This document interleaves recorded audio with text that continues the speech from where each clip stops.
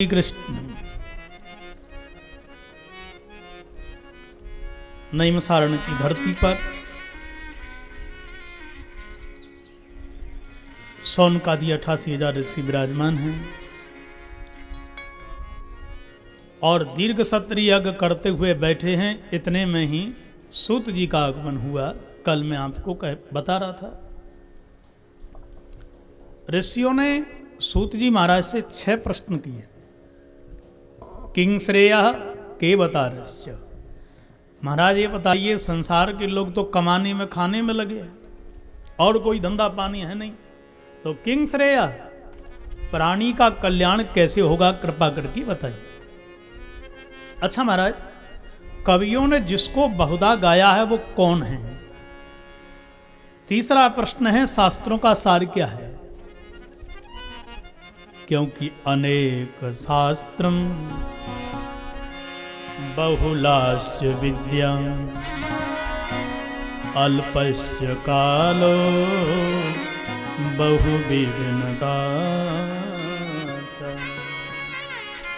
जीवन महाराज तुच्छ है, अल्प है, कब इसकी सांस बंद हो जाए कोई पता है क्या? शास्त्र बहुत है महाराज, 6 शास्त्र, 4 वेद, 18 पुराण, इनकी कोई था नहीं। अब क्या क्या पढ़े महाराज, किसमें क्या है, इसलिए शास्त्र का सार कह दीजिएगा। अच्छा महाराज एक बात बताइए, चौथा प्रश्न है, हमने सुना है कि भगवान ने मुरली मनोहर का रूप धारण करके, कृष्ण का रूप धारण करके ब्रज में ब्रजवासियों को आनंदित किया। अब जगत नियंता जगदीश्वर को अवतार लेने की क्या जरूरत पड़ गई? ये तो संभव नहीं है।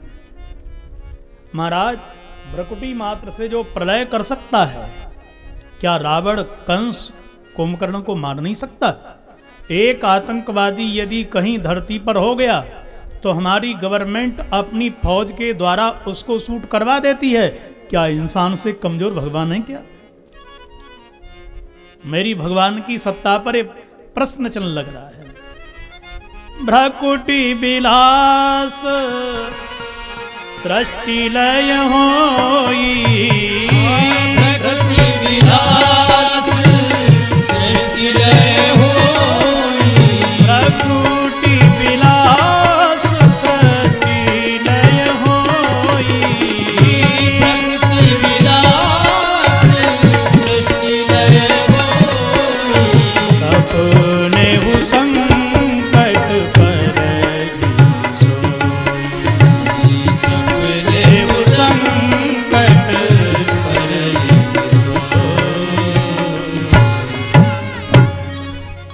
महाराज ऐसे परम समर्थवान मेरे ठाकुर पर क्या संकट पड़ गया, जो उसको धरती पर आकर के अवतार लेकर के ब्रज की गलियों में, मथुरा में प्रकट, गोकुल में खेले, वृंदावन में दास लीला करी, मथुरा पहुंचे, द्वारका पहुंचे, कितने कितने कष्ट सहते रहे, आराम के रूप में कांटों पे चलते रहे। उसका अवतार क्यों होता है धरती पर? अच्छा महाराज ठीक है, अवतार यदि होता है तो उसके चरित्र क्या क्या है, उन्होंने क्या क्या किया? ईश्वर यदि धरती पर आया तो कोई विशेष प्रयोजन से ही तो आया है ना, तो उनकी लीलाओं का वर्णन करिएगा। 6वां प्रश्न है महाराज हमारा, कौन कर रहे हैं? सौनकादि ऋषि बोले, स्वाम काष्ठामधनो पेते धर्महकं शरणं गतः, धर्महकं शरणं गतः। कृपा करके बताइए। वह जगत नियंता जगदीश्वर मुरली मनोहर बांके बिहारी धरामंडल से संपूर्ण लीला का संवरण करके साबित को चले गए। तो धर्म किसकी शरण में गया? धर्म का रक्षक कोई ना कोई तो होता ही है। महाराज ये 6 प्रश्न हमारे, कृपा करके बताइए। सूत जी बोले, जरा गुरु जी का ध्यान कर लें फिर बताते हैं। गुरु के ध्यान के बिना कथा भी मैं विस्तार नहीं कर सकता हूं। और गुरु हैं इनके सुखदेव जी महाराज जी। यम प्रव्रजन्तमनुपेतमपेत कृत्यम द्वैपायनो विरह कातर आजुहाव पुत्रेति तन्मयतया तर्वोऽभिनेदुः सर्वभूत हृदयं मुनिमानतोऽस्मि।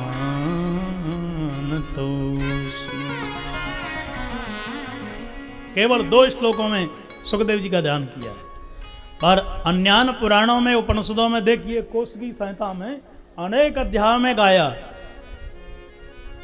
कलवाग नाम के तोता राधा रानी के क्रीड़ा सुख हैं, नित्य निकुंजों में साकेत में लीला करते रहते हैं, पर नित्य राधा रानी इनको अनार का दाना खिलाती हैं और रोजीना नए नए पद प्रस्तुत श्री किशोरी जी के सामने करते हैं। किशोरी जी बड़ी प्रसन्न होती हैं। एक दिन अकस्मात कलवाग नाम के तोता को पतो चलो, और जब चला तो पूछा, मैया? राधा रानी बोली, हाँ बेटा। माता जी सुना है कि आप साकेत से धरती पर जा रही हो। बोले, हाँ बेटा बिल्कुल ठीक सुनो। पर क्यों माता? अरे बेटा मेरे प्रियतम और गोकुल गांव में अवतार ले रहे हैं और मेरा उनके साथ में जाना अति आवश्यक है। क्यों मैया? अरे मेरे प्रियतम मेरे साथ में लगा करके मैया चली भी जाए तो मैया का मन तो नहीं लगेगा ना, 1-2 घंटे के लिए लग जाएगा। पर मैंने सुना है कि आप तो 100 वर्ष के लिए जा रही हो, 125 वर्ष के लिए जा रही हो। राधा रानी बोली, माँ बेटा बात तो ठीक है, पर मैया एक बात कहूं? हाँ बेटा कह। आपने क्या कहा, वहां जाकर के रास करोगी? बोले, हाँ बेटा। तो माता जी आपका जाना जरूरी नहीं है, जाना जरूरी मेरा है। राधा रानी बोली, बेटा तेरा कैसे? अरे माता जी वहां जाकर के आप करोगी रास लीला प्रियतम श्री कृष्ण के साथ में। बोली, हाँ बेटा। और यदि रासलीला को गाने वाले संत न हो, व्यास न हो, कवि न हो, तो रासलीला किस काम की? जो रासलीला होती है वहां एक बार व्यास जी गाते हैं, आपने देखा ना रासलीला, उनको व्यास बोलते।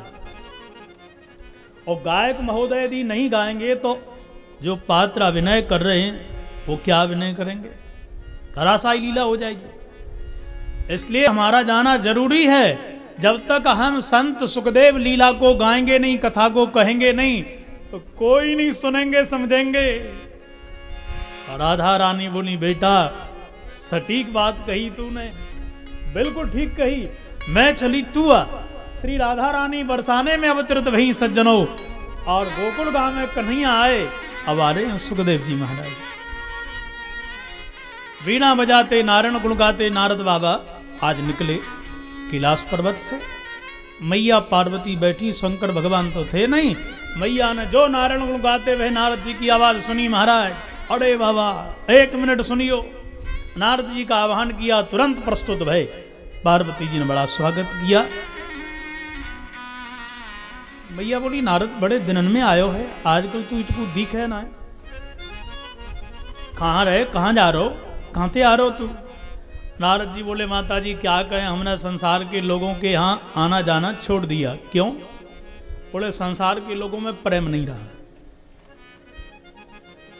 जहां बैठो वही निंदा। अब प्रेमी तो प्रेम की चर्चा करेंगे, पर संसार के लोगों के यहाँ जैसे ही जाकर के बैठोगे, सुना है फलाने के यहाँ क्या हो गया।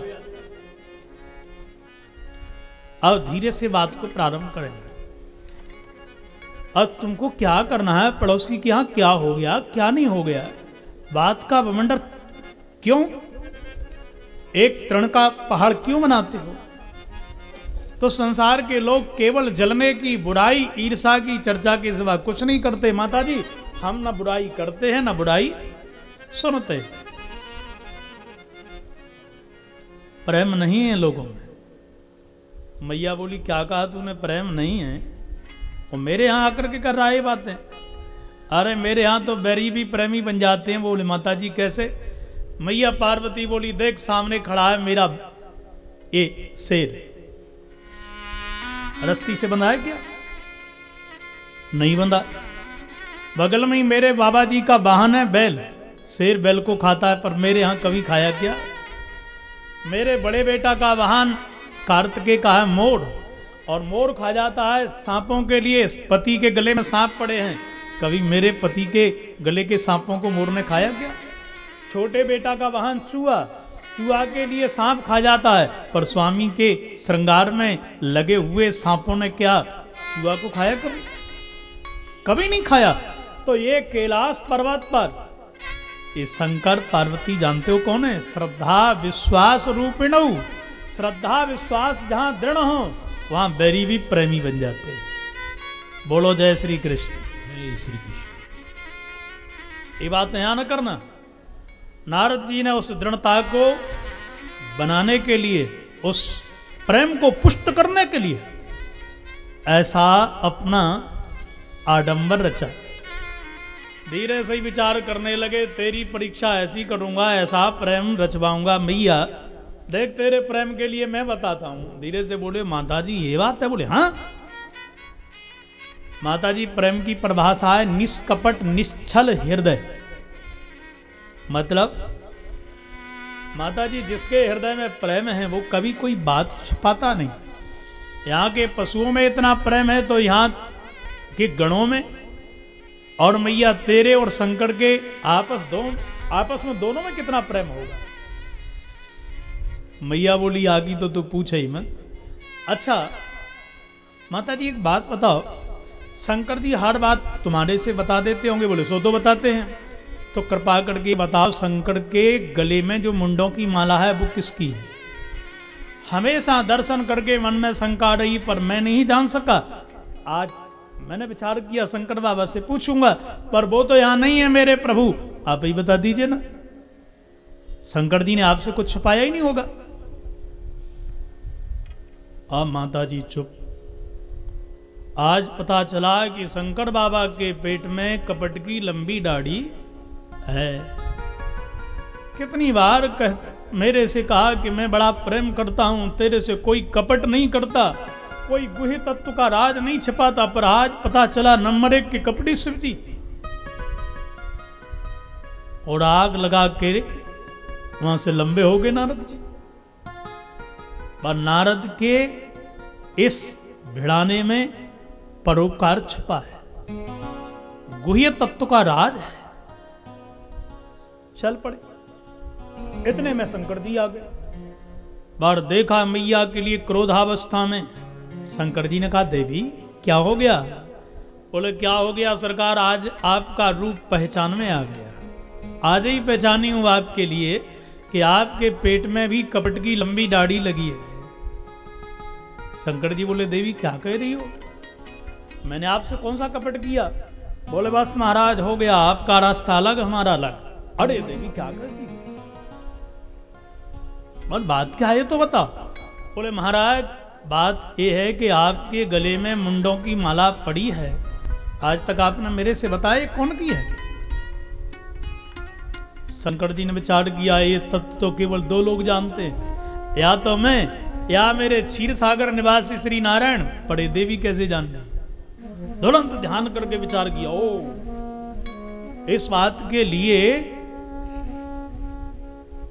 नारायण जानते हैं, वहां नारद आता जाता रहता है, और कहीं मन पाकर के मेरे प्रभु ने इस बात को कह दिया हो तो नारद के पेट में बात टिकने वाली नहीं है। जरूर है नारद नहीं की है। धीरे से बोले देवी नारद आए थे क्या? मैया बोली नारद आए हों, देवल आए हों, कश्यप आए हों, वशिष्ठ आए हों, क्या लेना देना? अरे देवी बताओ ना आए थे क्या? और माताएं बड़ी भोली होती हैं, बड़ा स्वभावशील होता है।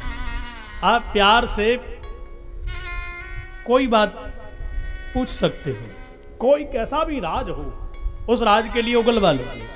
बेचारी धीरे धीरे अपने पोटली के लिए मजबूत करें, जुटाएं पैसा, और जब आपके लिए जरूरत पड़े तो आप पूरा का पूरा निकाल लीजिए। बोलो जय श्री कृष्ण। देवी दे दी।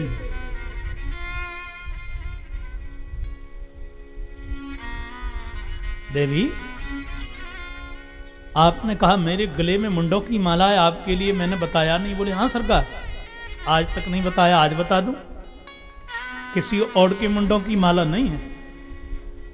आपसे मैं इतना प्रेम करता हूं, इतना प्रेम करता हूं कि आपका शरीर छूटा, आपके बिना रह नहीं सकता। आपके मुंडों की माला बना करके मैंने गले में पहन ली।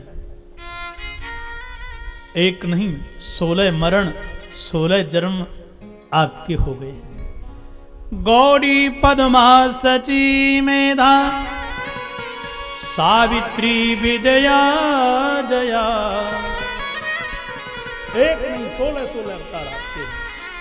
षोडश मातृका आप ही तो हैं।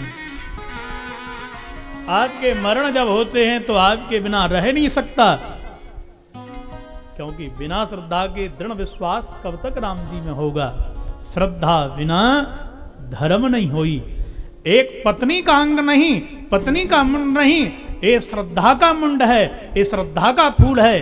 वो माला में गूंथ करके भूत भावन भोलेनाथ पहन लेते। जितनी श्रद्धा अपने ईश्वर के प्रति, भगवान के प्रति, इष्ट के प्रति करोगे, उतना ही दृढ़ता है। आपके बिना मैं नहीं रह सकता, इसलिए किसी और के मुंड नहीं, ये आपके ही सिर के मुंड हैं। मैया चरणों में गिर गई, ये मैंने क्या किया? इतना प्रेम मेरे पति करते हैं, मैंने क्या शंका कर डाली? नारद ने मेरे घर में ही आग लगाई। पर जैसे आप मेरे मुंडों की माला अपने गले में पहने, मुझे भी तो पहनना चाहिए। आपके मुंड कहाँ है? शंकर जी बोले वाह देवी, ये हमको ही मारना चाह रहे हैं। शंकर जी बोले देवी बात ये है, क्या बात है सरकार? बोले हम कभी मरते जन्मते नहीं। मैया बोली लो अब कपट की झड़ी निकली। नारद सही कह रहा था, एक नहीं अनेक गुही राज निकलेंगे, मेरी मृत्यु हो जाती आपकी क्यों नहीं? शंकर जी बोले हमने अमर कथा पी ली है, और जिसने अमृत पी लिया वो मरता थोड़ी है। अरे मरते हुए जिन्होंने जहर पिया है, विषयों का जहर, और जिसने राम नाम के अमृत को पिया वो कभी मरेगा क्या? कभी नहीं मरेगा। मुझे क्यों नहीं पिलाया? शिव जी बोले हम तो लेकर के गए थे महात्मा अगस्त्य जी के यहाँ पर, आप तो बाग बगीचा देखने में लगी रही। कुछ लोग कथा में आएंगे, पांडाल बहुत अच्छा बनाए जी। एक ने देखा, बोले पांडाल ठीक है पर मंच ठीक नहीं है, कमियों को ढूंढेंगे, ठीक है ना। इसलिए गोपियों के यहां से भगवान जब अंतर हेतु हुए तो गोपियों ने ये नहीं कहा, एक टीका का भाव देखो कि आप हमारे लिए दर्शन दीजिए। बोले नहीं नहीं, दयित दृश्यताम दीक्षुतावका। प्यारे मोहन, जितना कष्ट हमको हुआ, आपका वियोग हुआ, इसका मूल कारण है कि आपके दर्शन हमने किए। आपने हमको देखा होता, आपका वियोग हमको न होता। जीव जब आपके दर्शन करता है, बिहारी जी के मंदिर में जाएगा, और तो सब कुछ बढ़िया, पर ये पर्दा बार बार डालते हैं, ये गड़बड़ है बस। दूसरा बोला ये तो ठीक है, परंतु मंदिर का समय ठीक नहीं है खुलने का। तीसरा अपना प्रस्ताव बोल पड़ा।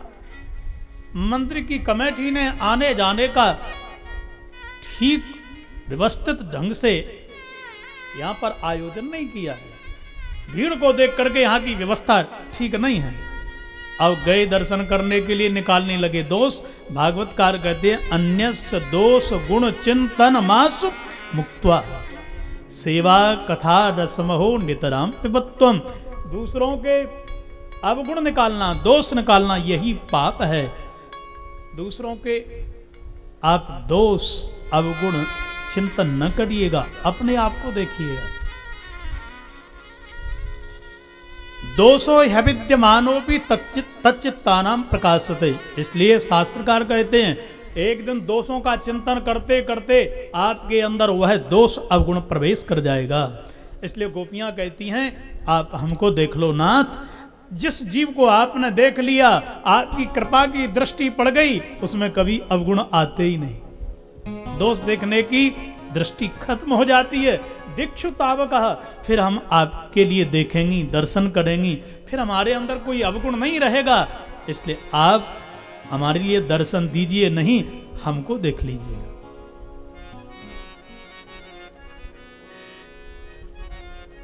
इसलिए नाथ हम तो दर्शन नहीं कर सकते। आपकी पाषाण की मूर्ति बढ़िया श्रृंगार है, पर आप तो सबको देखते हो ना, मुझे भी देख लीजिए, अपने आप को दिखाओ।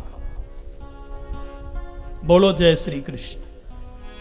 शंकर जी ने कहा मैं तो लेके गया था, पर आपने तो बाग बगीचा देखे। और बाग बगीचा देखने का मूल कारण क्या था? शंकर जी जब गए तो महात्मा अगस्त्य जी ने पूजन किया। पूजे ऋषि अखिलेश्वर जन। शंकर जी की पूजा महात्मा अगस्त्य जी ने जब करी, सोई पार्वती जी ने सोचा ये कैसा वक्ता, पूजा करना चाहिए श्रोता को वक्ता की, तिलक लगा के माला पहना करके ढोक लगाना चाहिए, पर ये तो वक्ता ही हाथ जोड़ करके पूजन कर रहा है, इसका मतलब ये वक्ता को कुछ आता जाता नहीं। ये पहले ही बेचारा हाथ जोड़ के प्रार्थना कर रहा है कि जिससे श्रोता कुछ बोले नहीं। पर मैया ने वक्ता की महानता नहीं देखी, इसलिए कथा में बैठी नहीं। लौट के आई, देखिए गई तब साथ में कथा सुनी, केवल अकेला संबोधन शिव जी का मिलेगा। लौट के आए तो साथ में आई। कथा का न सुनने का परिणाम, राम जी को पहचान नहीं पाई, परीक्षा ले बैठी, मरना पड़ा। शंकर जी बोले हम तो कथा सुनाने के लिए ले गए थे, पर आपने उस कथा को नहीं सुना, आज सुना दीजिएगा। महाराज मेरी गलती नहीं, क्योंकि मैं उस समय दक्ष की बेटी थी। दक्ष माने चतुर, ठीक है ना, पढ़ा लिखा। मैं तो पढ़े लिखे पिता की बेटी हूं। ए बाबा जी के पास में बैठ करके जो बाबा जी कहे वही बात को मान लूंगी क्या? अरे मैंने तो कुछ एजुकेशन पाई है, ग्रेजुएट व्यक्ति हैं, ऐसे थोड़ी इस बात के लिए मान लेंगे कि इन्होंने कह दिया कि सर्वत्र भगवान है, ईश्वर ही सब कुछ है। यदि ईश्वर सत्य है, ईश्वर सामर्थ्यवान है, ईश्वर ब्रह्म है, और ऐसे योगी के लिए, सर्वव्यापक के लिए, व्यापक ईश्वर के लिए वियोग कैसा? ये तो स्त्री के वियोग में रो रहा है। ये ब्रह्म नहीं हो सकता, व्यापक के लिए कभी वियोग नहीं होता। इस ब्रह्म के लिए जो व्यापक है, सर्वव्यापक है, उसको वियोग हो रहा है। बिल्कुल नहीं मानोगी। इसलिए मां आज कह रही है, आज मैं दक्ष की नहीं पहाड़ की बेटी हूं, हिमाचल की हूं। हिमाचल दृढ़ होता है। आज राम जी में मेरी निष्ठा दृढ़ है, श्याम कृष्ण में मेरी निष्ठा दृढ़ है। अब सुनाइए। शंकर जी बोले हम सुनाएंगे, आप सुनोगी। जैसा श्रोता वक्ता वैसा ही बोलने लगता है। बोलो जय श्री कृष्ण, ठीक है ना। दूसरा आपको हुंका भरना पड़ेगा। और जब वक्ता कहता है, कहानी कहते हैं ना, पुराने समय में गांव में यही था, तो सुनने वाला हुंका भरता है तो सुनाने वाले का मन लगता है। इसलिए आपको हुंका भरना पड़ेगा। जहां हुंका समाप्त किया मेरी कथा विराम दे जाए। बोले ठीक है मैंने। डमरू का नाद किया, उसी समय कलवाग नाम का तोता सज्जनों अंडा बन के आया, उसकी डमरू की ध्वनि से फूट गया, बालक निकल पड़ा। माता जी ने कथा सुनना प्रारंभ किया। शंकर जी ने कथा कही, पर प्राया करके हम लोगों की आदत है, गुह्य ज्ञान की चर्चा आती है तो नींद आने लगती है। महाराज 15 मिनट में तो एक भजन कहे दिया करो, ठीक है ना। मैं भी करता हूं। पर देखो संगीत संकीर्तन सहज है, ठीक है ना। और कथा दवा है, दवा से लाभ मिलेगा। पर शहद का प्रयोग आयुर्वेदिक में केवल कड़वाहट को दूर करने तक ही सीमित है। बड़का दवाई में शहद का कोई प्रयोग नहीं है। पर विचार करिए, दवा बिल्कुल नहीं, शहद ही शहद हो तो रोग पैदा और हो जाएगा। ऐसे ही कथा औषधि है, संगीत भजन शहद है। पर केवल शहद नहीं, संगीत ही नहीं रह जाए, भजन ही न रह जाए। ये तो समय में नींद आ रही है ना, तो एक भजन करके फिर स्फूर्ति रह करके बैठ जाओ, तो इसलिए कथा से लाभ मिलेगा। बोलो जय श्री कृष्ण। जैसे ही गुह्य तत्व की चर्चा प्रारंभ हुई कि माता जी को नींद आ गई, पर सुखदेव जी ने तोते के रूप में विचार किया। बाबा जी ने प्रतिज्ञा करी थी, हुंका नहीं भरोगी, कथा बंद कर दूंगा, कहीं कथा रुक न जाए। जीवन की सबसे बड़ी व्याधि है, सबसे बड़ा दुख है, सबसे बड़ा संकट है भगवान की कथा का विराम। चलती रहे। देखिए आप दिल्ली में रामकृष्ण ट्रस्ट, यहाँ के सभी बंधु बैठे हैं हमारे, और आयु प्राय सभी 60 से ऊपर हो रही है। हर वर्ष नए तीर्थ में जाकर के 7 दिन के लिए हरि चर्चा श्रवण करते हैं, वो बढ़िया व्यवस्था करते हैं। वो धारा बंद ना हो पाए जब तक हमारा तन मन काम कर रहा है, हम करते रहे। आगे तो ठाकुर जी की इच्छा है। बोलो जय श्री कृष्ण। जय श्री कृष्ण। तो कथा बंद न हो इसलिए सुखदेव जी ने हुंका भरना प्रारंभ कर दिया। बात जैसे ही महाराज कृष्णोद्धव संवाद पूरा हुआ, माता जी की नींद खुली। जो प्रश्न किया सरकार यदुवंशियों को साफ लगा। फिर क्या हुआ? शंकर जी बोले कथा तो पूरी हो गई, और 3 घंटे की कथा में आप कहां चली गई? बोले मुझे तो नींद आ गई महाराज, पर मेरी कथा को किसने सुना? जो क्रोधावेश में आए, हाथ में त्रिशूल लिया कि महाराज आ गए। सुखदेव जी पीछे पीछे शंकर जी चले जा रहे हैं। जहाँ जहाँ जावे सुख तहाँ ले त्रिशूल त्रिपुरारी, अमर कथा तेने सुनी, दुष्ट देहूं तो हे मार, दुष्ट देहूं तो हे मार। अरे पापी दुष्ट, मेरी अमृत कथा को तूने सुना है, जीवित नहीं छोड़ूंगा, क्योंकि शास्त्र कहता है अश्रद्धया नरकम व्रजेत। यदि सिद्धांती वक्ता की बात अश्रद्धालु श्रोता सुन जाए तो ऐसा वक्ता नरकगामी है, तुझे जीवित नहीं छोड़ूंगा। सब जगह बालक ने शरण ली। सुखदेव जी उत्तराखंड में पहुंच गए, जहां पर माणा गांव बद्रीनारायण के किनारे व्यास जी की पत्नी पिंगला मासिक धर्म के उपरांत स्नान करके जम्हाई ले रही थी। उसी समय मैया के मुख से प्रवेश कर गए सुखदेव जी। क्यों? मां जान दे देगी, प्राण दे देगी, परंतु बेटा को कुछ नहीं होने देगी। मां से भला पुत्र की रक्षा कौन कर सकता है ज्यादा? व्यास जी को पता चला, दौड़ के आए। महाराज शंकर बाबा क्रोध कर रहे हो, क्या हो गया? बोले तुम्हारी पत्नी के गर्भ में मेरे शत्रु ने शरण पाई है, जीवित नहीं छोड़ूंगा। पर महाराज उसका अपराध क्या है? बोले अपराध है क्यों? उसने मेरी अमर कथा को सुन लिया है। सुन लिया? बोले सुन नहीं लिया, पी गया। महाराज उसको आप मार दोगे? अमृत को पीने वाला कभी मरता नहीं, तो यदि मर गया तो नकली है। जिस जहर को खाने के बाद कोई बच जाए वो जहर हो सकता है क्या? है तो नकली है। इसलिए राम कथा की महिमा बढ़ाने के लिए जा रहे हो या खंडना करने के लिए जा रहे हो? और तब सज्जनों शंकर जी का क्रोध शांत हुआ। इतने भयभीत सुखदेव जी हो गए, 12 वर्ष तक बाहर नहीं आए। अंत में द्वारकाधीश के कहने से, पिताजी के कहने से कि तुम्हारे ऊपर मेरी माया का कोई प्रभाव नहीं पड़ेगा, तब सुखदेव जी बाहर आए। नालच्छेदन संस्कार नहीं हुआ, और तो कहें क्या, यज्ञोपवीत संस्कार नहीं हुआ। यम प्रव्रजंत मनुपेत मपेत कृत्यम, अनुपेतम अपेतम यम प्रव्रजन। लौकिक संस्कार नहीं, वैदिक संस्कार नहीं, और ऐसे चले महाराज के लौट के फिर आई। पिताजी पीछे दौड़ रहे, बेहद कातर होकर के। चौथेपन में एक तू ही तो सहारा है, कहां जा रहा है बेटा छोड़ करके? अरे वृद्धापन में तू ही तो हमारी सेवा करने वाला है। द्वैपायनो विरह का तर आजुहावा।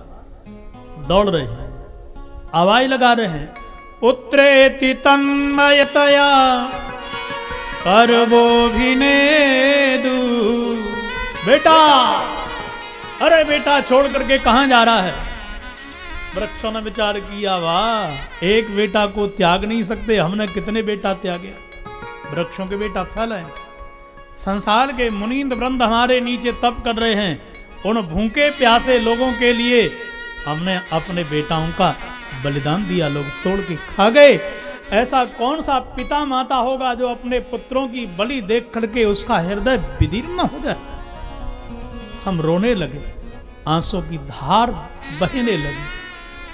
फल टूटता है उस समय वृक्ष से पानी टपकता है, रस निकलता है, वो रोता है, कितने दिन तुझे सीने से लगाया, हमने अपना खून तुझे पिलाया, पर हमारे सामने तुझे कोई अब खा जाएगा। पर उनका पानी तुरंत सूख जाता है। क्यों? बोले बेटा तो जा रहा है, प्राण निकल रहे हैं, परंतु किसी को जीवन दान दे करके मर रहा है, भूखे की भूख मिटा रहा है। परोपकार के लिए वृक्षों ने भी अपने आंसुओं को पहुंच लिया। हमने कितने बेटाओं का बलिदान परोपकार के लिए किया। वृक्ष कह रहे हैं, व्यास जी, एक बेटा का बलिदान तुम परोपकार के लिए नहीं कर सकते। इसलिए वृक्ष भी प्रतिध्वनि आ रही है। व्यास जी कह रहे हैं बेटा, वृक्ष कह रहे हैं बेटा। इसलिए ऐसे सर्वभूत हृदय में शुकाचार्य जी को हम बार बार प्रणाम करते हैं, जिन्होंने आध्यात्म के दीपक को जलाया, श्रुतियों का मंथन करके उस घी को उस अध्यात्म के दीप में डाला, दिव्य ज्योति जलाई, और आगे आगे संसारी लोगों को दिखा करके कह रहे हैं, आओ आओ भैया, ये आध्यात्म के दीपक को हम जला रहे हैं। हे अज्ञानियों, इस दीपक के प्रकाश में अपने अज्ञान को मिटा करके ज्ञान की रास्ता के द्वारा अपने कल्याण के मार्ग को प्रशस्त करिए। ऐसे सुखदेव के लिए, परम गुरु के लिए हम बार बार नमन करते हैं। सवै पुंसां परो धर्मो यतो भक्तिरदोक्षजे अहैतुक्य प्रतिहता ययात्मा संप्रसीदति।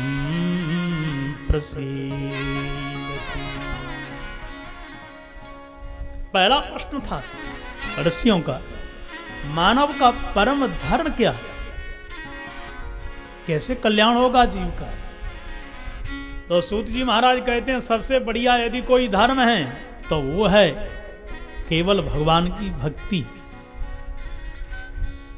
और भक्ति दो प्रकार की है, अहैतुक्य प्रतिहता ययात्मा संप्रसीदति। एक भक्ति अहेतु की, बोलो जय श्री कृष्ण।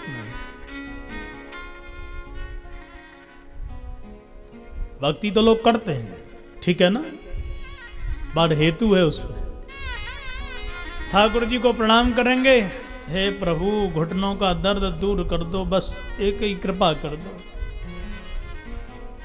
क्या करोगे? बोले 10 के नोट की चिनोड़ी पक्की।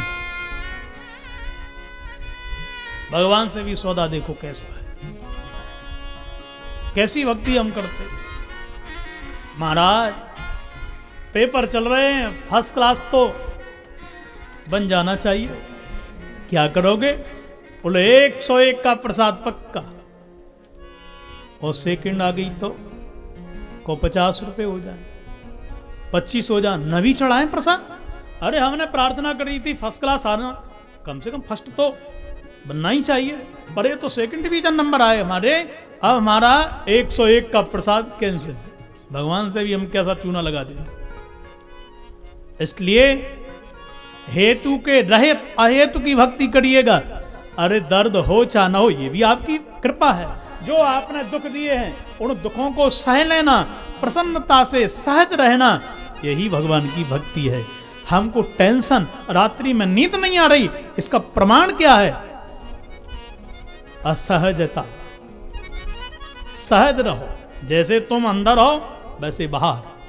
हमारा यही है कि हम अंदर से तो कुछ और हैं, पर बाहर से हम कुछ और बन गए। अंदर से तो हम क्रोधी हैं, कामी हैं, पर बाहर से हम शांत दिखाई दे रहे हैं। ये सहजता नहीं है। इसलिए सहज स्वभाव श्री राम जी का है, जिनका चित्त कभी उद्विग्न नहीं होता। कभी चित्त श्री सुखदेव बाबा जी का उद्विग्न नहीं होता। व्यास जी का हुआ।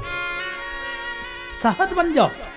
जैसे हम घर में रहते हैं समाज में वैसे ही रहें। संतों को इसलिए कभी अशांति नहीं, संतों को कभी चिंता नहीं, संतों को कभी ऐसा नहीं कि नींद नहीं आती, नींद की टैबलेट लेना पड़ती है, ऐसा कभी नहीं। क्यों?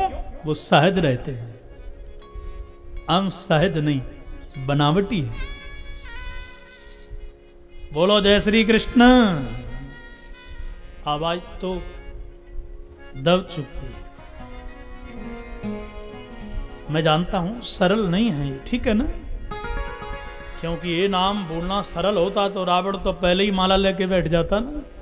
वो भी कहता हो यही भजन न तामस देहा, ठीक है ना?